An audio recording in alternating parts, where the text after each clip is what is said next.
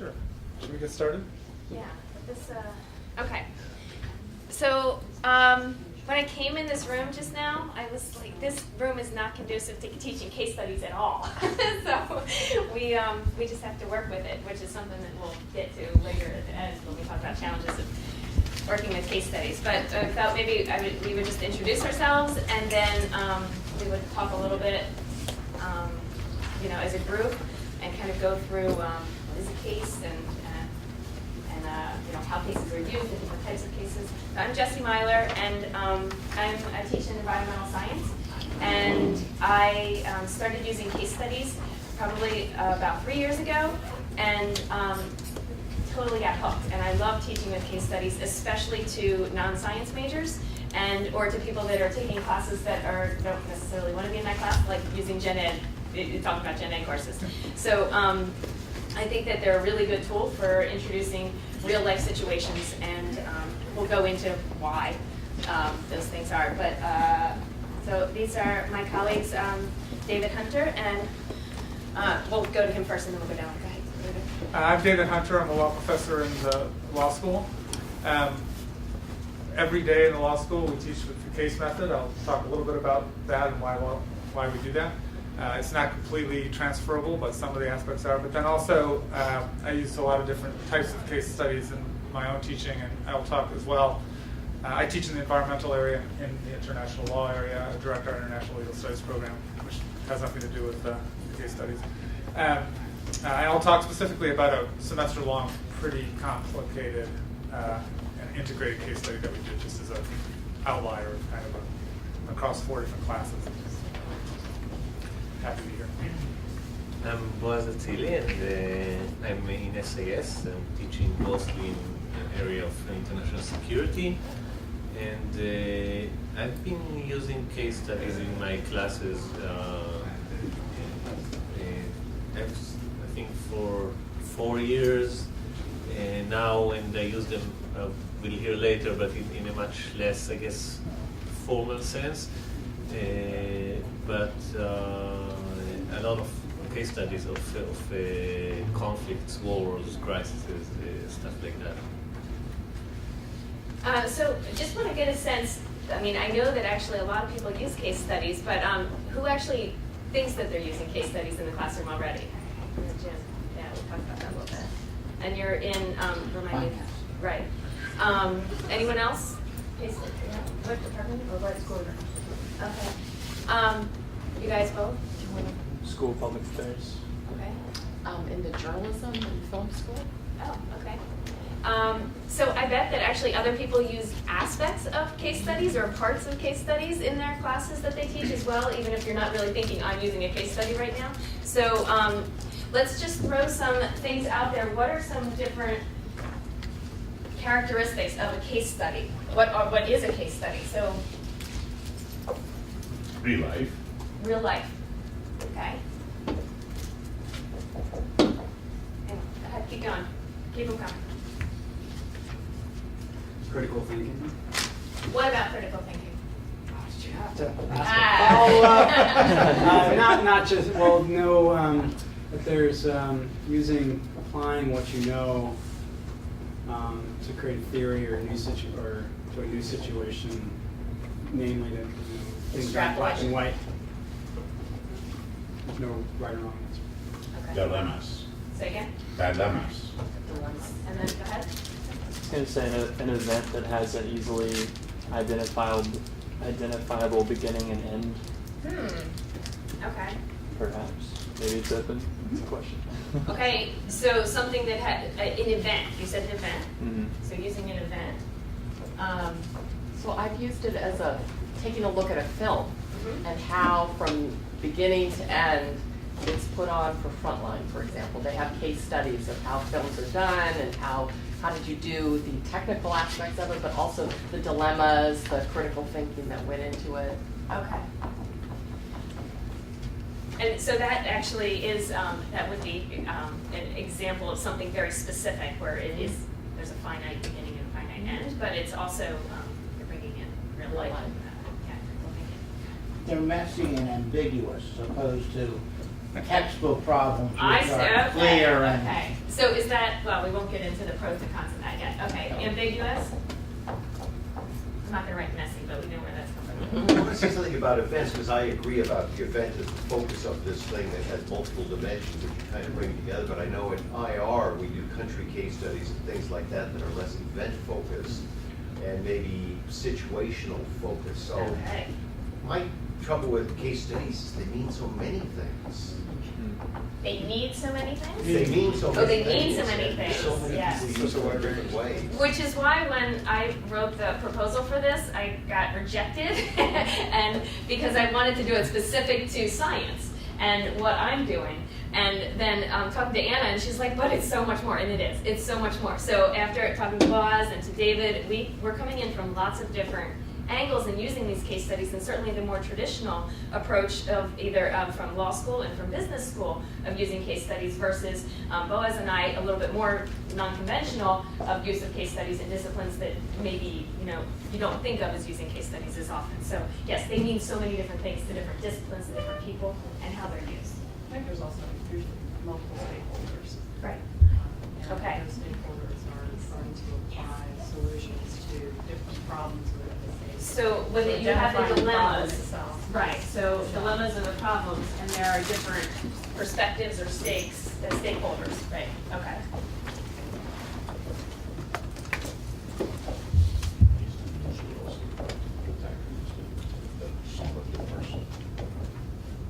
So, and because we said sometimes they're very ambiguous and also often complicated as well, right?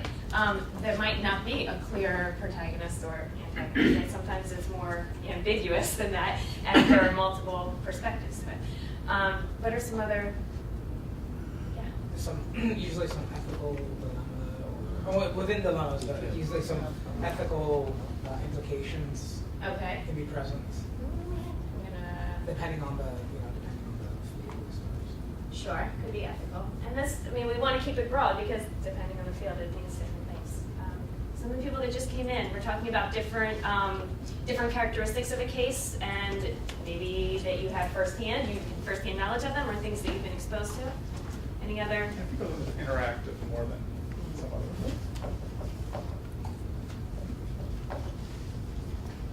Always written by Harvard professors. Did you see my slide before? There it is. Okay. I'm not gonna write that one out there.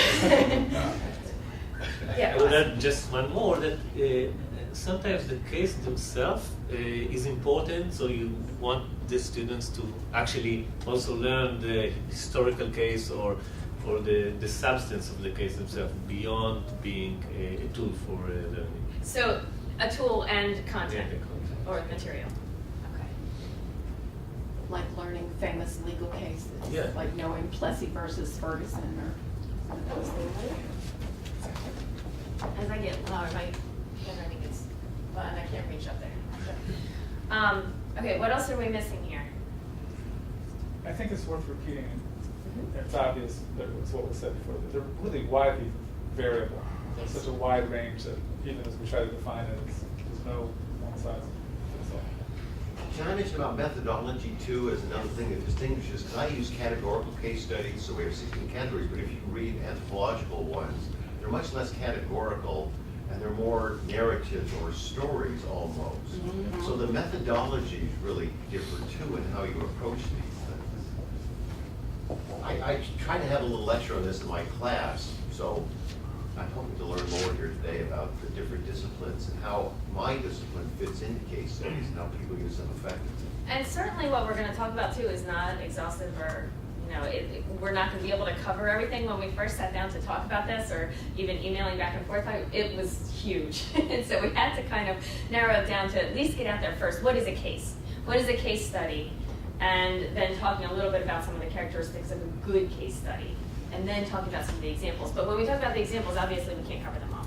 So, but we want you guys to chime in as well as we're going through some of the examples, because some of you guys have been using them for probably longer than us, and you have other examples that are relevant to other disciplines. Anything else we need to add up here? Okay.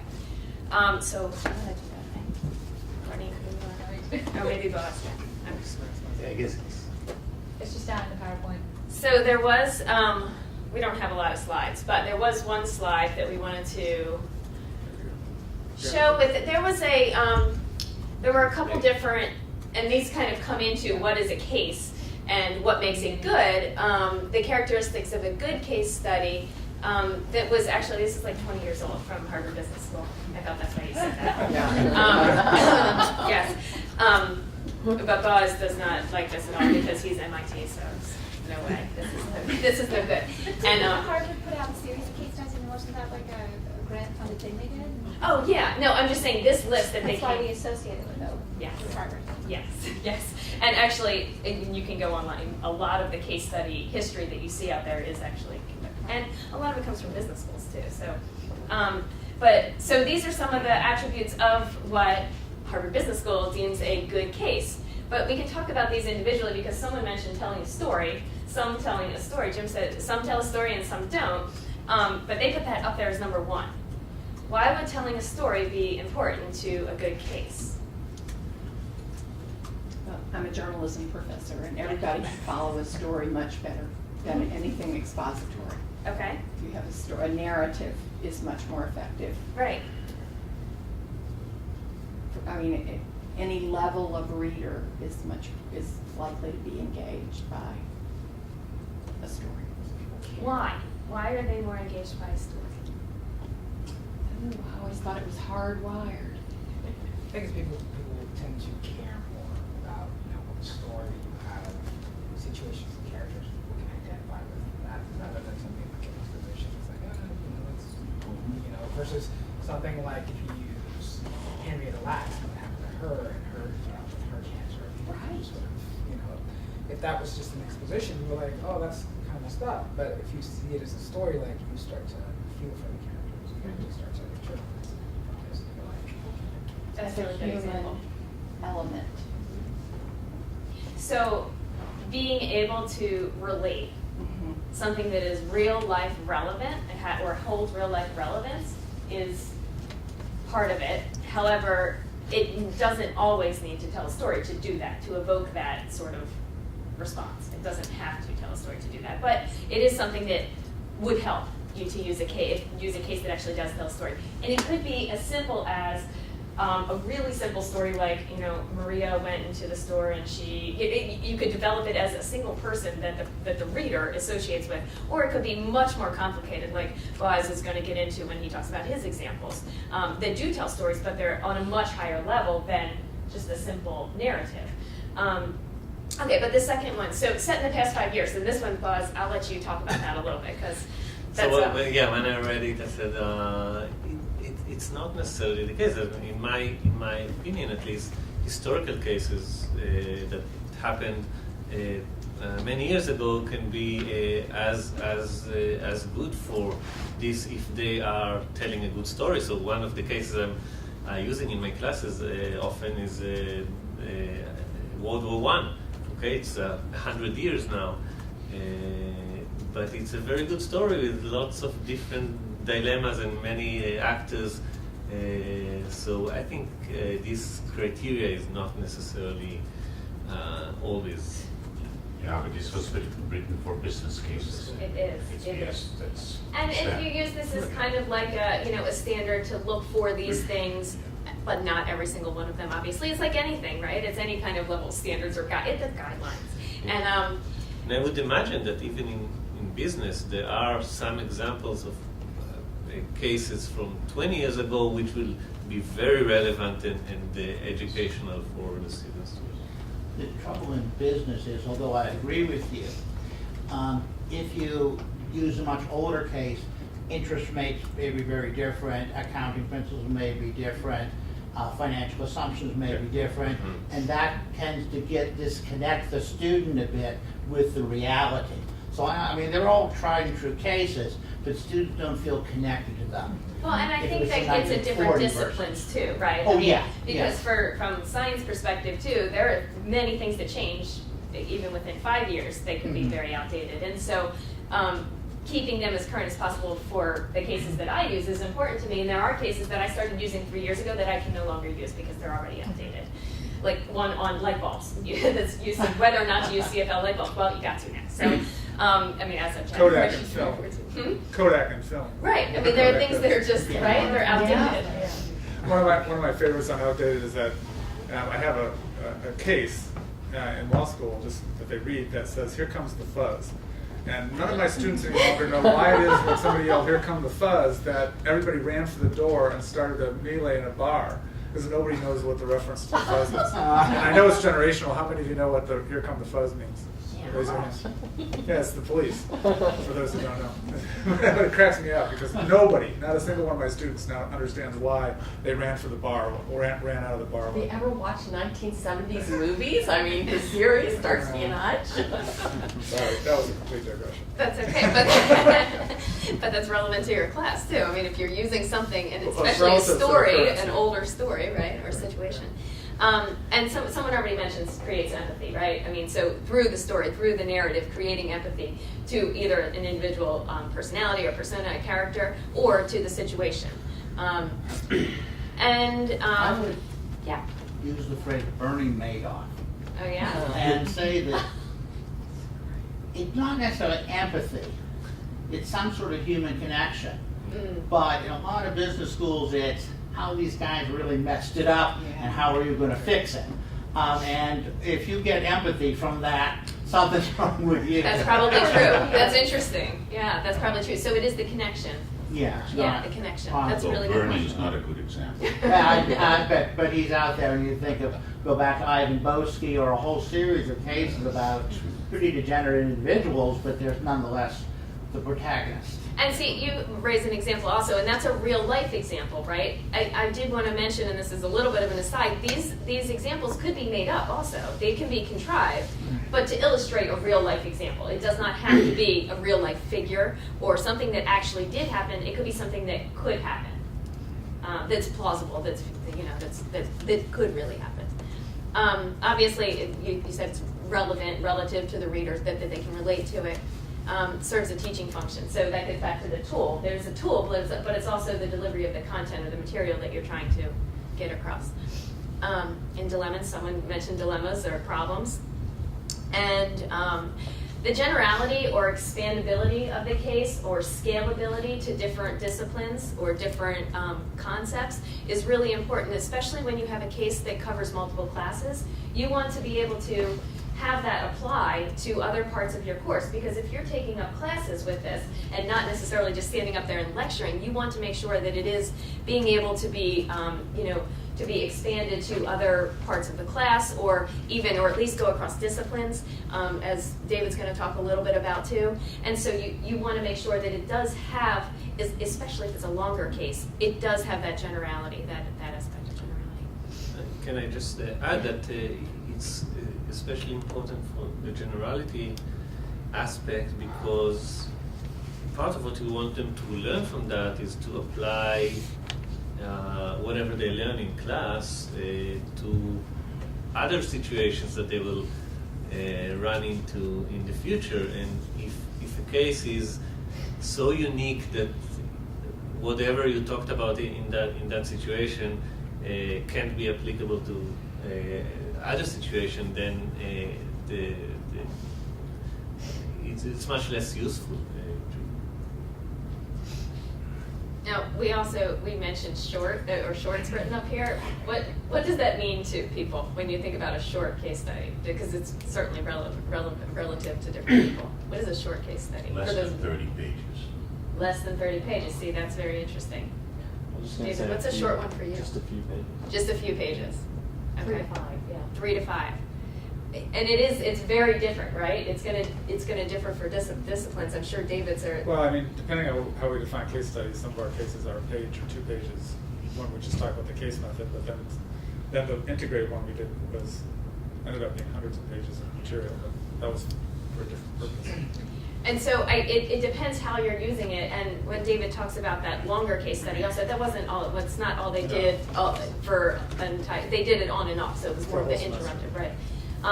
But I did. I just as an example, I did a case study for the first time this past semester, and with a graduate level toxicology class, and it was okay, but it was kind of a bomb because it was too long. It lasted too long. It was a case study on coal, and it was both toxicology and epidemiology, and it was an interrupted case where they would do parts in a group and then come back together and discuss it, and then go back, and then they would do research outside of the classroom and come back the next class. It went on for too long. And we established that at the end. I was like, I need to chop this in half.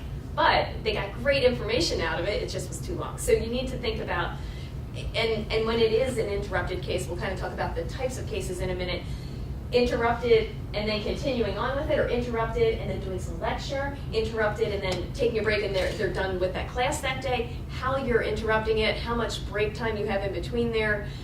Are they immersed in this same case for 5 classes, which is what mine was, and I learned, no, that's not a good thing.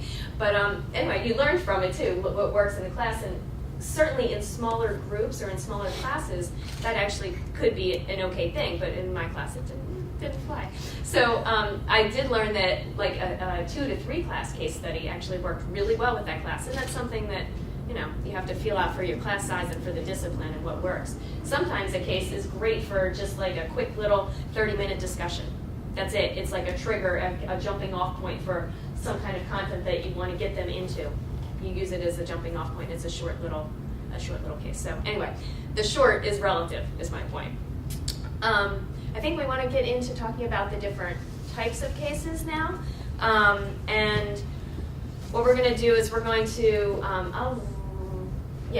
thank you. So we put some of the list, some of the types of cases up here, but there are certainly other ones. Like I said, this isn't exhaustive. It's and also it's funny too. Some people are like, well, I teach this kind of case. It may or may not fall under one of these categories. So when we kind of go through what the types of cases are, you might say, oh, actually, my type of case that I'm teaching actually falls under these categories. Perhaps the most common one, or the one that people are most comfortable teaching or starting to teach, is the discussion method. And I think David's going to talk a little bit about his examples of using the discussion method to teach cases, but then also we want you guys to jump in. If you have experience teaching with this method, please offer examples because other people can benefit as well. I was just going to mention, since the law school is known for teaching case studies, I thought I would let you know a little bit about what the case method is. And it was already mentioned that one of the reasons why we use case methods is because the law itself comes in cases. So it's both for this, unlike in some disciplines, both the substance of the case itself is what they're supposed to be learning, the law that comes from it. But the so-called Socratic dialogue, or method that's the foundation of, particularly first year and foundation of the traditional law school teaching, is based on a case method in which we have some advantages. First off, all of our cases are written for us.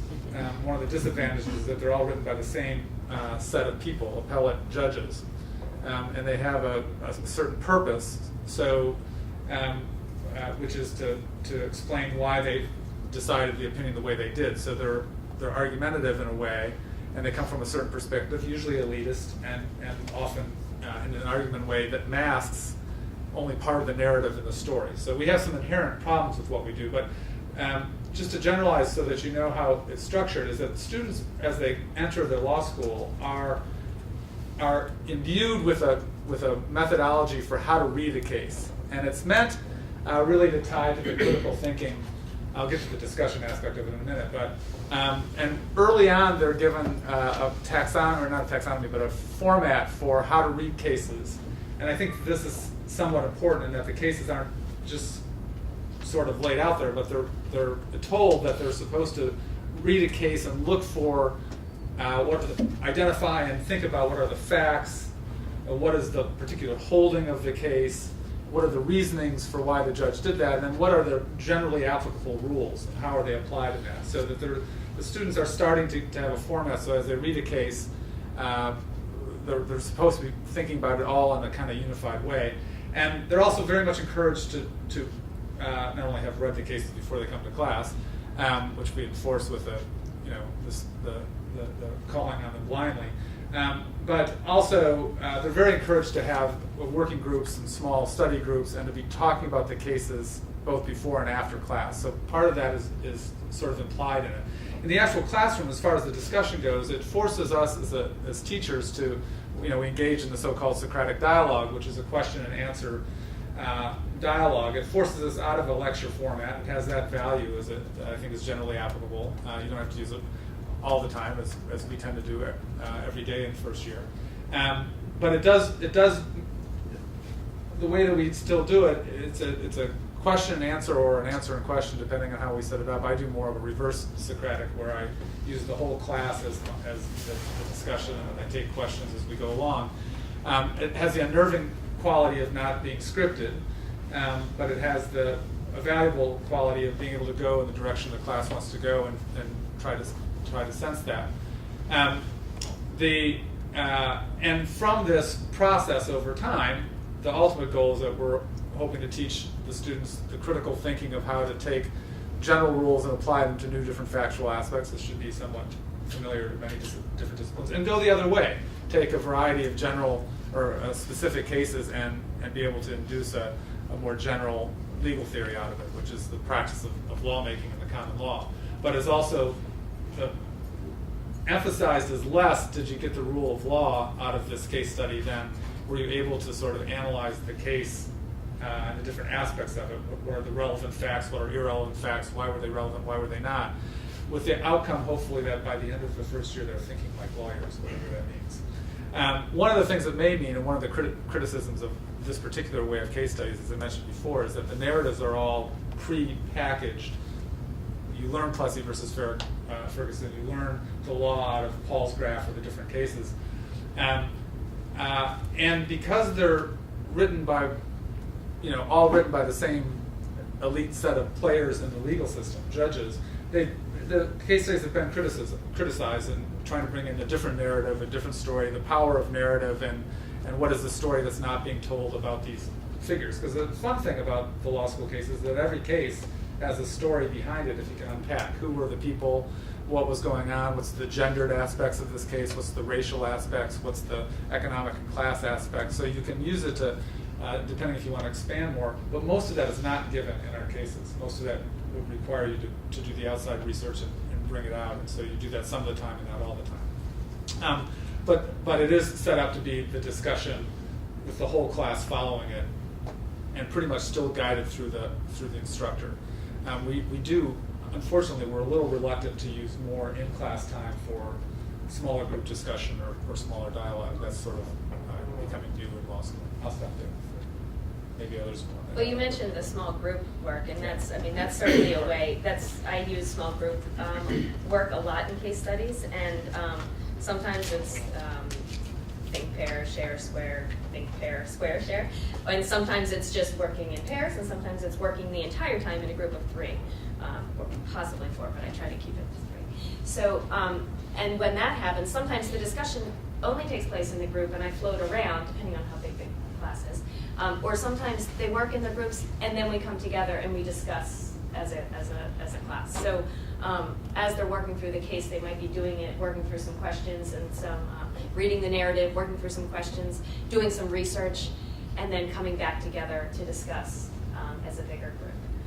So the discussion method can work in lots of different ways, but I do it for different types of science, and it works well also. And it is, like I said, it is perhaps the most common and the most, I wouldn't say easy, but it's the most approachable form to just jump in and try it.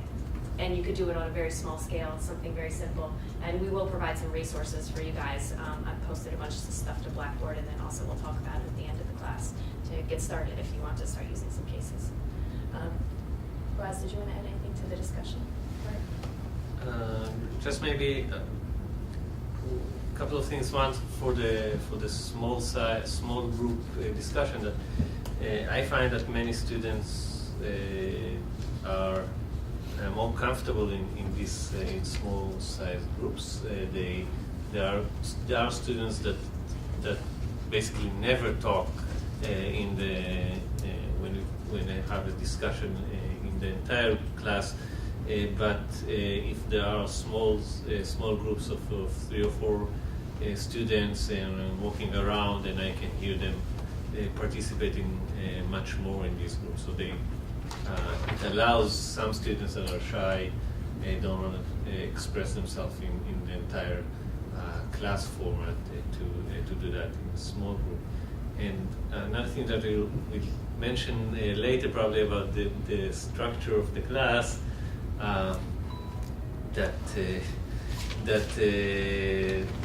oftentimes the structure of the classroom itself dictates what you can do and what you can't. So one example is last semester I was assigned a class. I had like 24 students. I think I was assigned a classroom in Ward 2.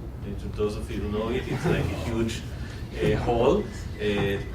The chairs are set in place. You can't do anything. So anything that has to do with small group discussions, I did it nevertheless. I said, okay, group number 1 go to that corner of the hall, and group number 2.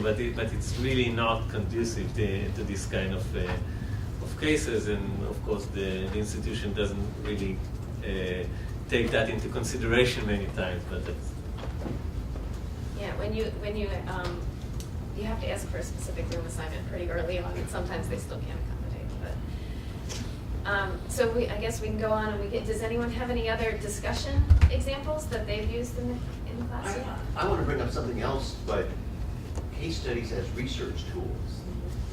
And I generally have the opinion that disciplines that are weaker quantitatively, like international relations, use case studies more because that's how we get information, how we compile it. For example, one of the most important research tools in IR is the Correlates of War from David Singer, which is a list of all the wars since 1816. Boaz has a recent book where he uses case studies as the basis for his research.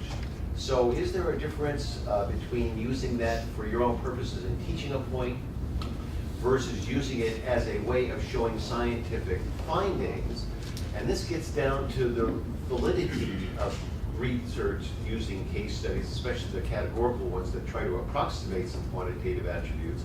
And the fact you can use some mathematical techniques like Jack's bootstrap and things like that to approximate samples, to make populations and say this has the validity that we associate with mathematics and statistics. I have some thoughts on that, but Boaz, do you want to answer that? In my mind, it's very much related, the way you use it in class and the way you use it in research. Because part of what I want a student to learn is how to use cases for research. And my classes are mostly graduate classes, but it's valid also for undergrads. So I'm going to talk in a second about cases as theory testing tool or mechanism.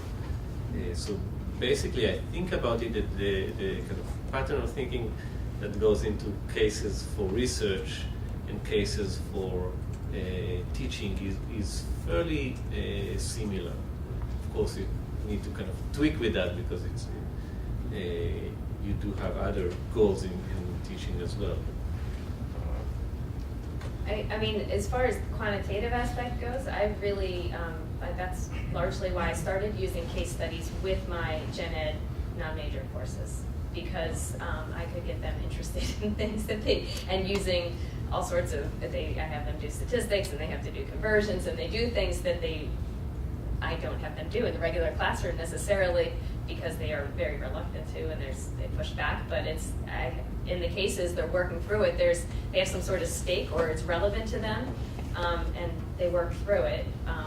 Will you give an example of what you do in your Sure. So the first case study that I ever used and that I still use because it worked very well was mercury as a toxicant, and it's written in a very simple way about a woman who goes out to lunch with her friend and she just learned that she was pregnant and I did this with undergrads, so even though it's not real life, they probably know someone or a sister that so even though they might not have gone through the situation, they can at least relate to it. And they're just sitting there chatting, and then she's thinking about what to order for lunch. And she's deciding between 2 different kinds of fish. It's a very simple scenario, the beginning part. And then it gets into, and her friend says something to her like, maybe you want to actually consider, I read this, or I heard on the news that maybe, when you're pregnant, you shouldn't eat tuna. So maybe you want to pick the other fish. And she was like, okay, I don't know anything about it, so I'll just pick the other fish. But then later she emails another friend, and there's like an email trail, and it's a friend that works at the EPA, and the EPA sends her some data, and it's a graph, and she has to understand the graph. And so then they have to, and then she asks her for more information, and they have to do a unit conversion to actually find out whether or not that level of mercury that was in the tuna is actually harmful, and should they avoid it. And so that's Might have liked my science classes more if they were taught so that was way. the first one that I used, and it was only a one class. I mean, I had them do a little bit of the reading outside, but just the first scenario that only took about 10 minutes outside of the classroom. And then when they come to the classroom, I have them working groups on that. I actually have done it with co-guide students, master's level students also, and they get a lot out of it, but we work through it a lot quicker. And but it's okay, because the tools, at least the quantitative part of it, these are things that other science classes are not necessarily asking non-majors to do, and I want them to be able to do these things. Yeah. I was just wondering if you could maybe go back to when you're saying working through the case study and how you really teach that, and anybody else that teach that in the classroom. You mentioned small groups and questions. Do you provide the questions, and how do you get the most out of it in the classroom? So I can speak to this one case, and then I have other. Do you want to say first? I've got a quick one. Yeah. It's really easy. I use it to teach journalism ethics, and I've got a file drawer full of case studies where there's a question in the newsroom about what is ethical, whether to print the name of a rape victim or and it's all done in a detailed story, very identifiable, where you've got characters who are the reporters and the editors, and they have different opinions. And I give the same case study to 5 different groups in the class, and they work together and come up with a solution, the ethical solution, and they defend it. And then they compare and inevitably, they're different. And it's a great teaching tool it's not that simple, with a topic like ethics. It really you can stand up all day long and tell them that ethical decisions are not simple, but the case study way is the best that I've ever found.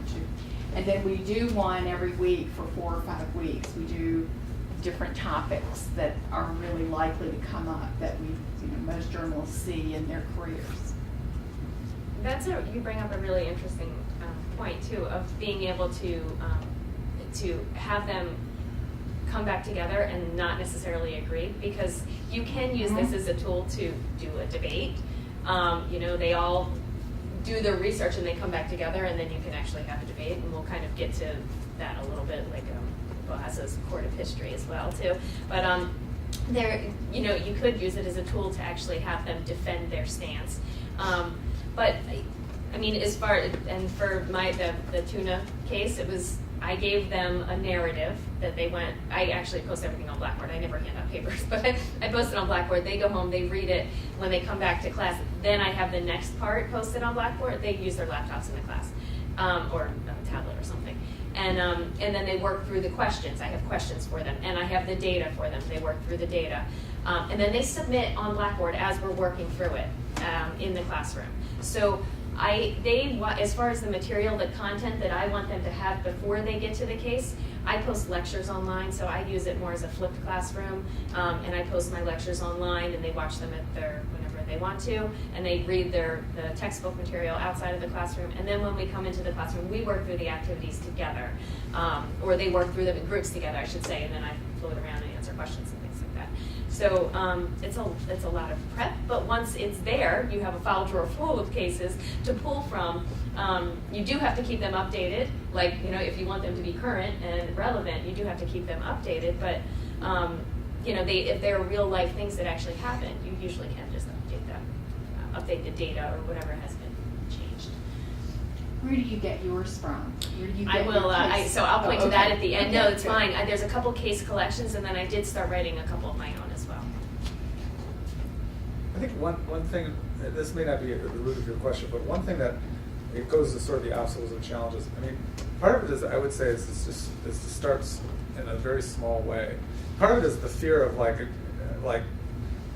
having to disrupt the class to move the tables around or to get people around, it's like, is it really going to be worth it? And I find myself sometimes just saying, I'm not going to do that case study this time around, just because it seems, and every time I do that, it's a mistake because the students enjoy it so much and they re-engage. So partly, it's not how do you get the most out of it, but part of it, I would say, I love the fact that you described having one that failed completely. I've had a couple bombs too. Including the biggest one I ever did in some ways, but the simplest ones are sometimes the best, just to break them up and break the, get them talking to one another. I think your point about how people will participate better in a smaller group discussion than they will in a bigger group is really valuable. And you also give them questions to work through. Yeah, that's one reason why I mentioned that even for each of our cases, they're given as they enter the school sort of a framework that allows them to work through them. Often the textbook will have separate questions, and then we discuss the questions as a group.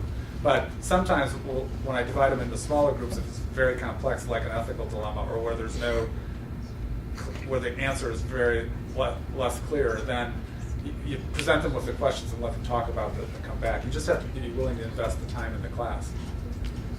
What I sometimes do, I send them questions, specific questions to the case through Blackboard before the class, so they have time to kind of go through it, think about it more at home, and then they can come to class and discuss in a small group. I did want to say also, I've taught online a couple times too, and I have used them online as well. So again, you have to stay on top of it. I use discussion boards to actually, where they actually answer the questions and they work through it, and I've had them do online debates as well. And so it depends, that are based on a case.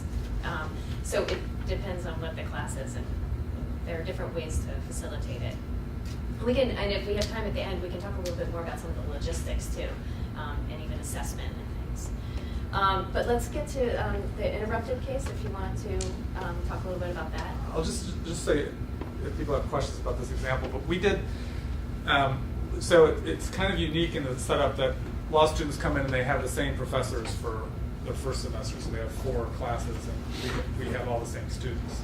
So that we have an integrated section, an effort in different ways to integrate them. But a couple years ago, we developed a case study which was very ornate and interrupted in the sense that we started in almost the very beginning of, the very first class, in which a client came in unannounced and sort of started a discussion about their case, which involved a very simple case. It involved drywall falling down on somebody while they were sleeping during the time when Chinese drywall was a bit of in the news and stuff for different reasons.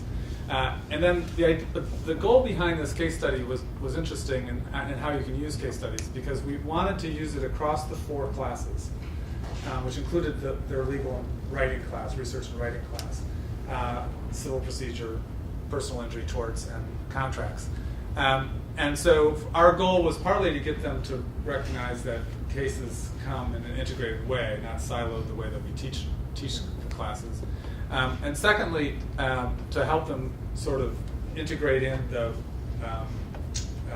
process and the skills of what a case looks like. So civil procedure, the course goes through the development of a case in real life, and we worked this case study out so that they would have different pieces of information as they went through the course, starting with an interview.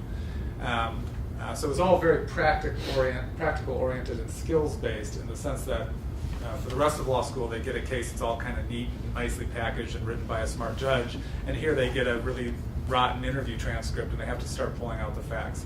And we went through all the different stages, from writing complaints and doing that, which they had to do as part of their legal research class anyways, but it was integrated into our substantive things that we could use our class time to kind of go through the case study and things like that. So it was very interesting in the sense that it allowed us to integrate these different aspects and give them a more coherent picture of what it meant like to practice. So it was also allowed for simulated aspects. I will say it was a tremendous amount of work. I mean, this is the one that had hundreds of pages. It got doled out at different times, but we had to give them, after they wrote their complaint, we had to give them a model complaint. After they wrote this part, we'd have to give them something that they could go on. And it culminated in the end with a negotiated settlement, working in small groups and things. And I'll say, from our perspective, it was really interesting and worked very well. It was a tremendous amount of work. The students' complaint, which goes to your oversized, was compared to the other law students their cohort that weren't in the experimental section, as they dubbed it, we didn't dub it that way. They felt like they did a lot more work, and they complained about it. So they liked it, but they didn't like the work, which I think was not even accurate. I'm not sure it was more work, but it is something that I came to realize that it sort of goes to the size and the scale. Different work. It's different work, and there was a mini revolt about how come they had to do this, and the other.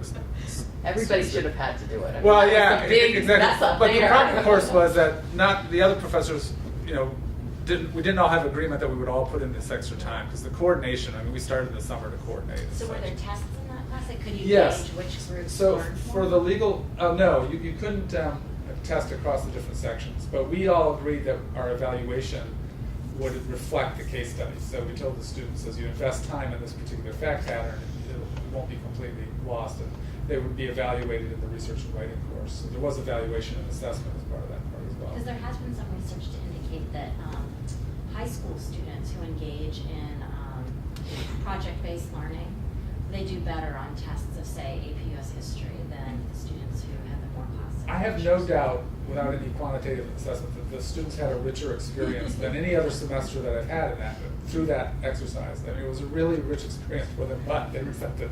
But you know for sure that you did more work.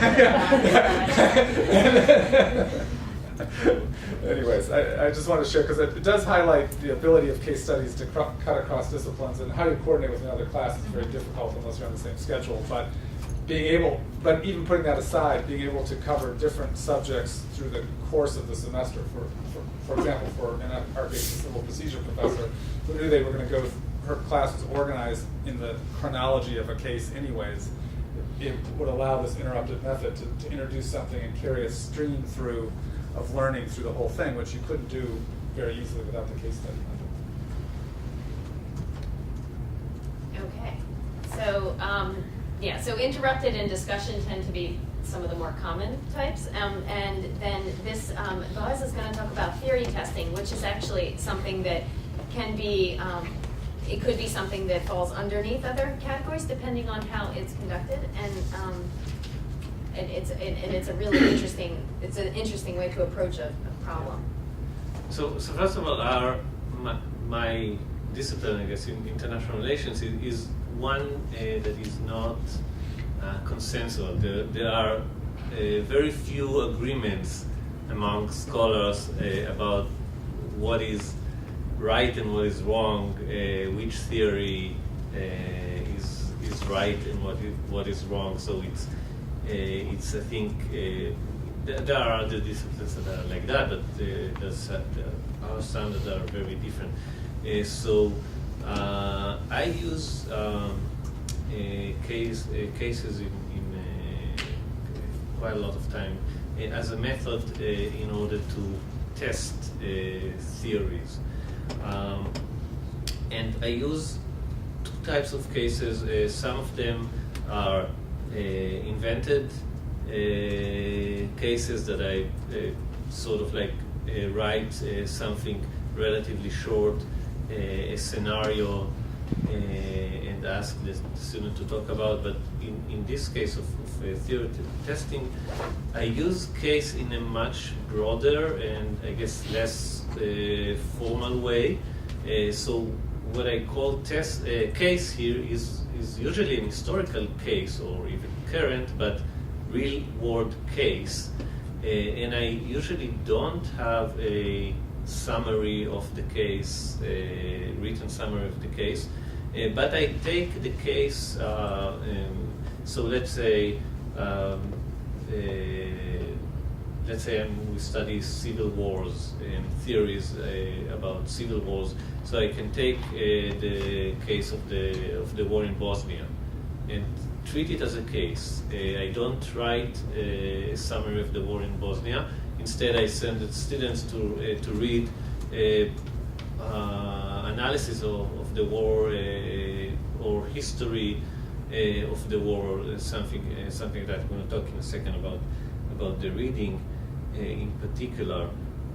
So the goal of this theory testing is basically to bring several theories of a certain phenomena. So it could be theories of civil wars, theories of crisis escalation, stuff like that, and to take a specific historical case, or even sometimes current case, so civil wars. I can, for instance, look at the case of Syria that's going on right now, and say, okay, we have several competing theories about why civil war broke out, or under what conditions should we expect civil war to break, to start,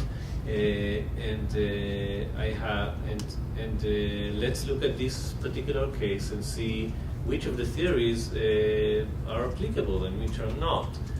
So I'm using it in that sense.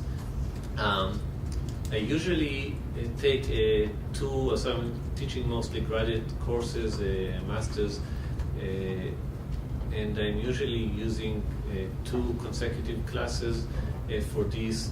In the first class, I have the students before the class the theoretical part. So I have them read theories of crisis escalation, under what conditions we should expect international crisis to escalate versus to calm down and end. So I have them read the theoretical part, and we discuss it in class, which is sort of like a regular class. Some of this will be a lecture, some of this will be a discussion with questions and back and forth. But my goal is for this first class that they will understand well what are the arguments out there, what are the hypotheses out there about this particular phenomena.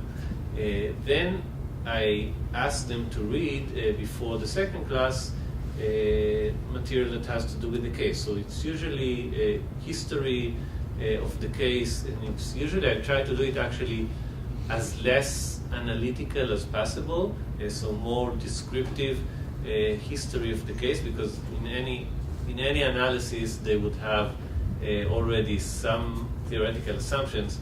I think that in any history book they will have theoretical assumptions hidden. But basically I want them to understand from different perspectives all the facts of this case, and I ask them to think about either usually I do it. I ask them to think about at home while they're doing the reading.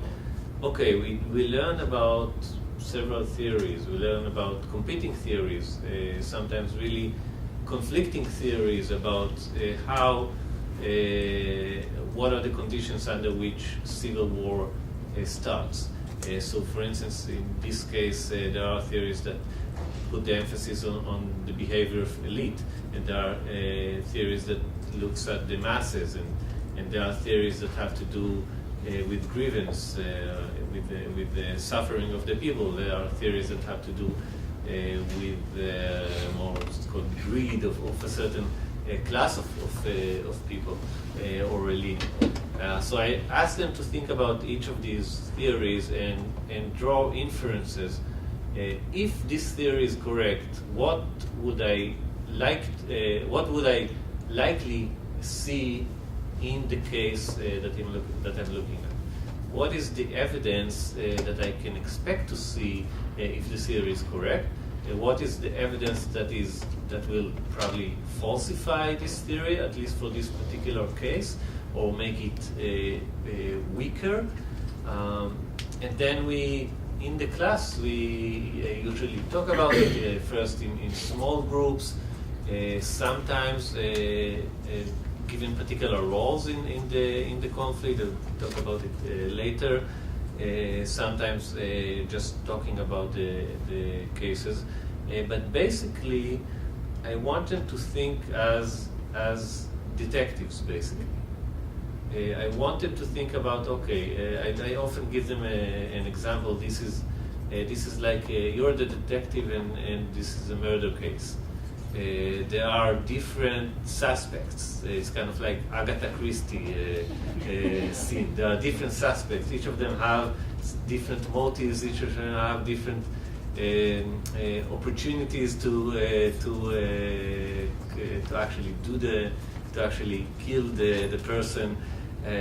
What kind of evidence are you looking to find in a case that will help you to determine which of the people in the room is actually responsible for the murder? And that's what we try to figure out through discussion of the case. Is there evidence for this particular hypothesis that is right or that is wrong? And through that, I'm trying to basically reach three goals, I guess. One is to actually learn the case, because mostly it's historical cases that are important cases that are, I think, are relevant. Second is to think about the theoretical aspects of this, which of the theories that we have in our field seems to be stronger and which weaker. And the third goal is to allow them to develop their own critical thinking and thinking about testing. And when they have, for instance, an assignment to write their own research paper, then they can look at a completely different case but apply the same kind of thinking. And here I think, and as to what Jim asked before about the relation between case study as a research method and case study in the classroom. So I think that lies here.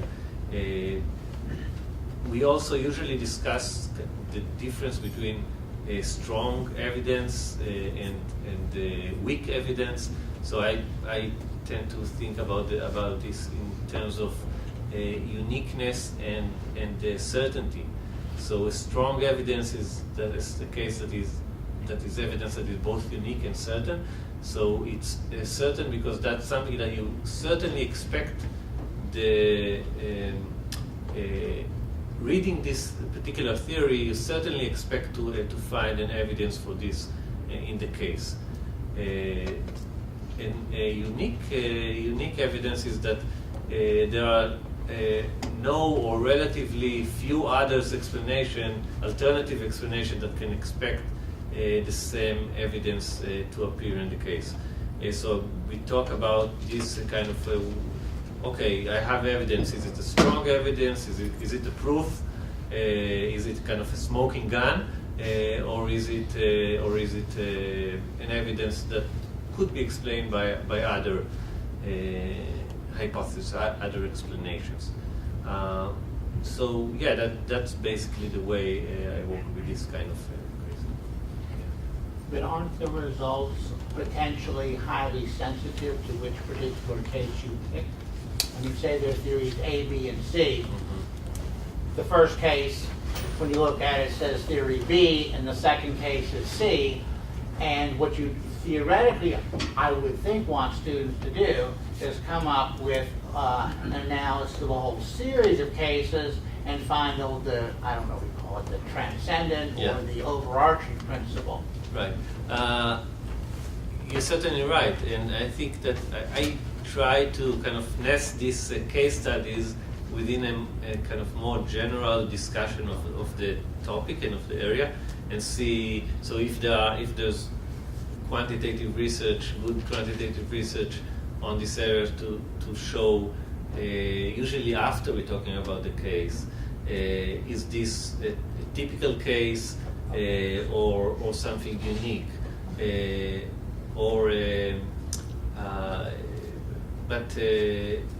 but I think that in many cases, one of the things that is, in my mind, so effective in cases, that it allows you not only to look at these correlations between A and B, but to look inside and look at the mechanisms, how A and B are related together, what's actually happening in reality that connects them.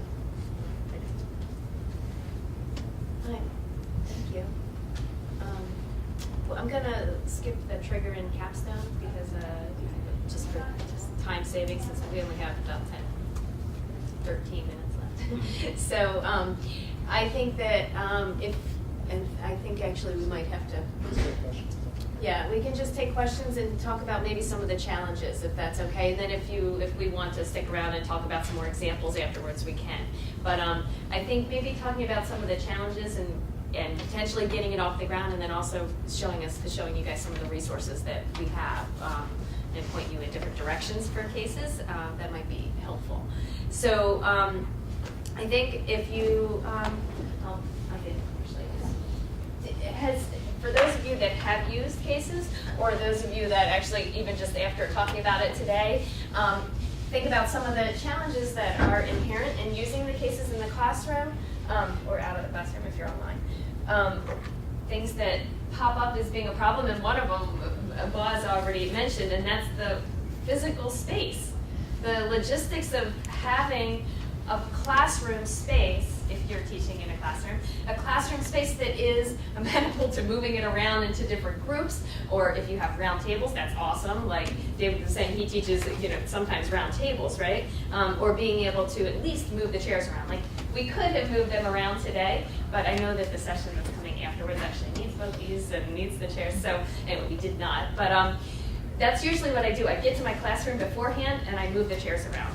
And then that's the deal, is in the classroom, we always have to put them back to where they came from before we leave. But the physical space is a real issue. Has anyone come into that problem when teaching with cases? Yeah? What is that? And finally, they built a building where all the furniture was movable. And it's wildly popular, because this is really the way to go now, is to, configure the room in learning spaces. And it's a problem, especially for large lecture spaces. And when you said you got stuck in Ward 2. I mean, I've been stuck in rooms too where I've had to stick them to different parts of the room, and you end up with where their bags are in the way when they're stepping over to go to different spaces, and are they still sitting here? Do they take all their stuff with them? And it's just like, it is a logistical kind of mess. So.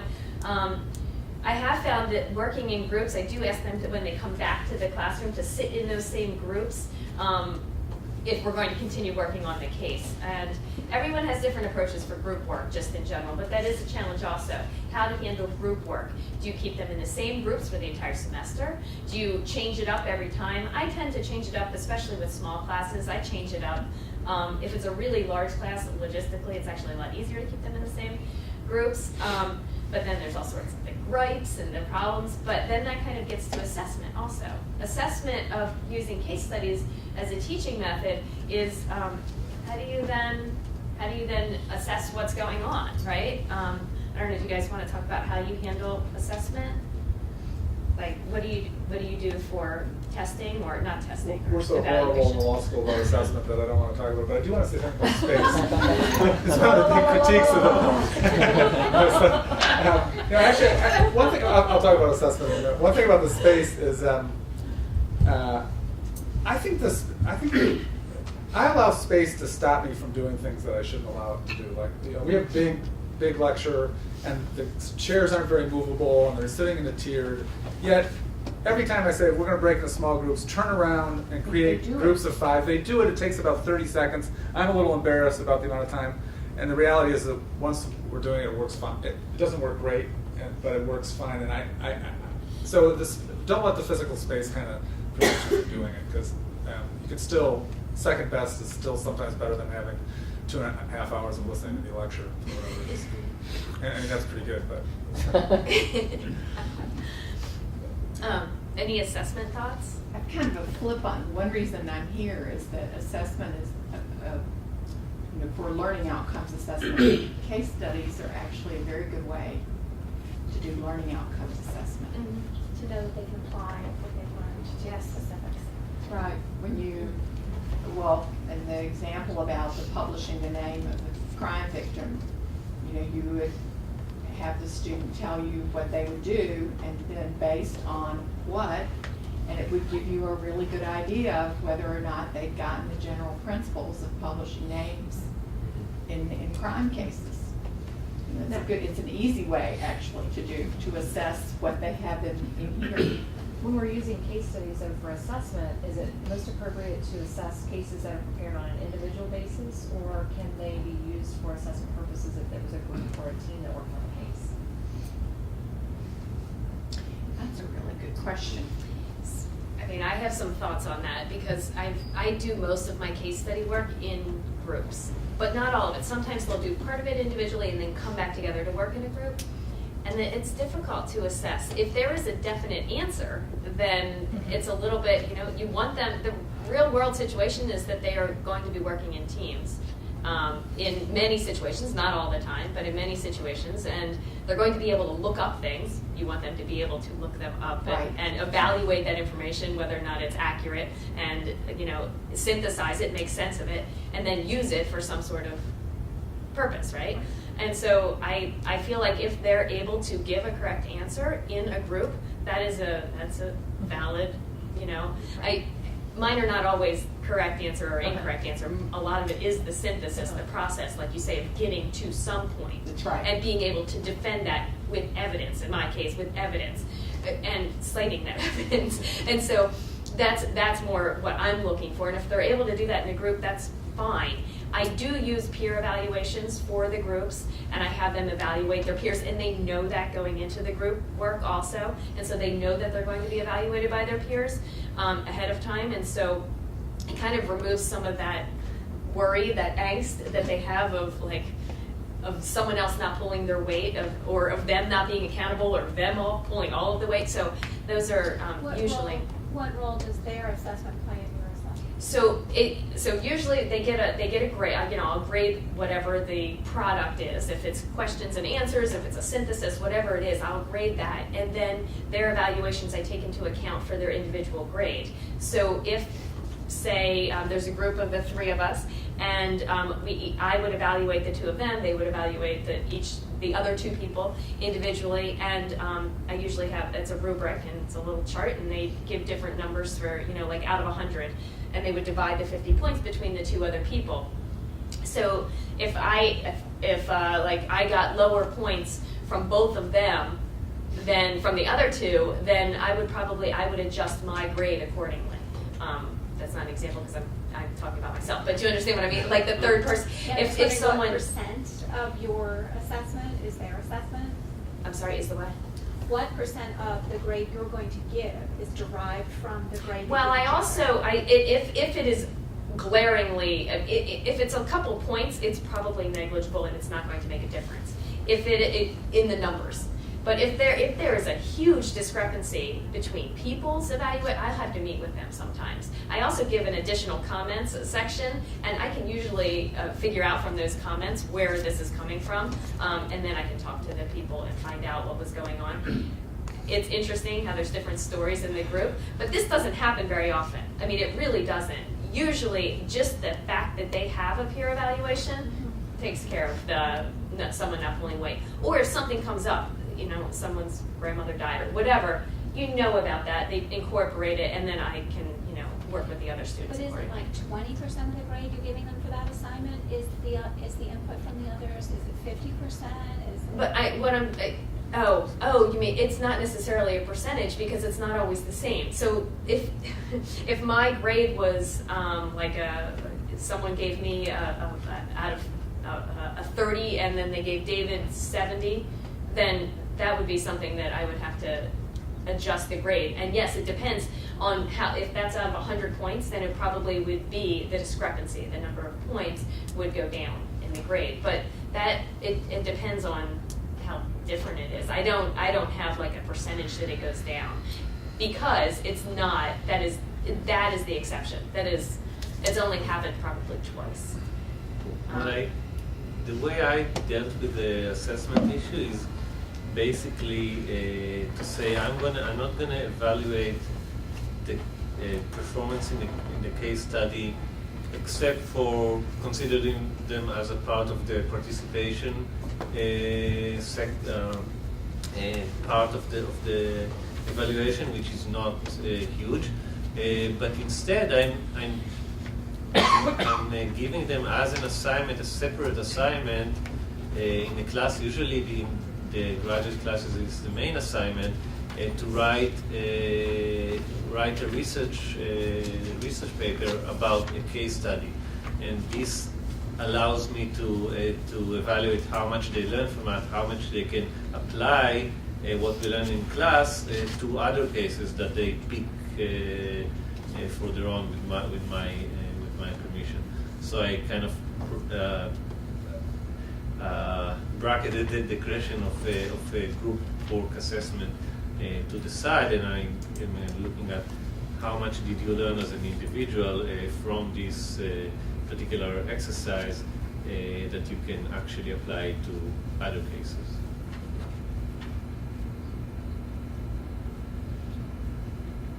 Can I say one thing about assessment, and that is, when students do case studies for me, sometimes I have a hard time assessing them. But one thing I do is, and I think this is similar to Boaz, is think about it as theory testing. And the example I use for them is like the Heisenberg principle, where Heisenberg said, if you shine a microscope on an atom, it changes the behavior of the atom. And the same thing happens in social sciences. And there was a famous book from the 60s, Talley's Corner, about a bar in DC a sociologist was looking into. And he wrote this book, and people said, but you going to this bar all the time changed the mechanics and had an effect on it. So I try to get them to do case studies where they take themselves out of it, their personal role if they're interviewing somebody, or to take their emotions out of it and really stick to the facts and telling the story and bringing all these elements together. And I haven't really found a lot of good sources. I use a book by Yin, a quote from that, but there's not a lot of books out there that spell out what are good case studies and how you can assess that. There's an assessment book called Classroom Assessment Techniques. It's a handbook for college teachers by Thomas Angelo and Patricia Cross, and it does address case study assessing with case studies. I mean, I found that I don't necessarily need to use the peer evaluations most of the time. It's the process of working through it, like Boaz said. I don't. Sometimes it is just participation, and sometimes it is they actually hand in a product. And if that product is gradable, then it's gradable. But if not, it is the actual process. If that's doable in a small class and being able to float around and really watch the process, that's great. But you can't always do that. So sometimes having a product that gets submitted or handed in or something actually does help with the assessment, I find.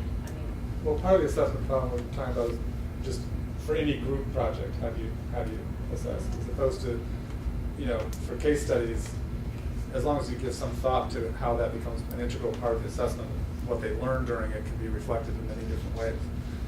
Yeah. I don't think I put the assessment book up there. It is. is. It's up top there. Angelo Okay. and Cross. Yeah, It so is that's a really good. It's a good book. Yeah. And then I also, this is just for, but this is for science. But this is a great book for case study teaching in the sciences.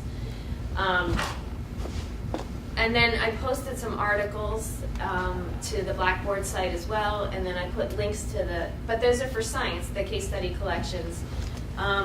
And then there are some articles, if you go to the publications site on the bottom, that even though it's for teaching with science, teaching case studies with science, there are some very general articles on there about how to write your own case studies also. So if you're not coming into contact with finding cases that are already in existence, which you really can, you can probably grab anything out of the newspaper and turn it into a case that works for you. But if you're having problems, you can look at just some simple pointers on how to write your own cases, and starting very simply, like David and Boaz said too, starting really, really simply, and then and trying it, just one class or half a class, just something really simple to just get started. It's definitely changed my way of teaching. I really enjoy it a lot, and I wanted to mention the assessment, but I have found, even though that people do say assessment is a challenge, that it's not as much of a challenge for me as I had thought it would be. The process really lends itself to students learning material that they may have been reluctant to learn, or and certainly concepts and tools, like I was saying, the quantitative tools it's really amazing to get students that are reluctant towards some of these concepts to actually open their mind to it when it's something that's interesting or relevant to them. I think if we were going to do a peer review of our group work here, she would get most of it. Yeah. We're coming from different places too, so. But you can, my email's on there too, and you can email me if you have questions or anything. Thank you.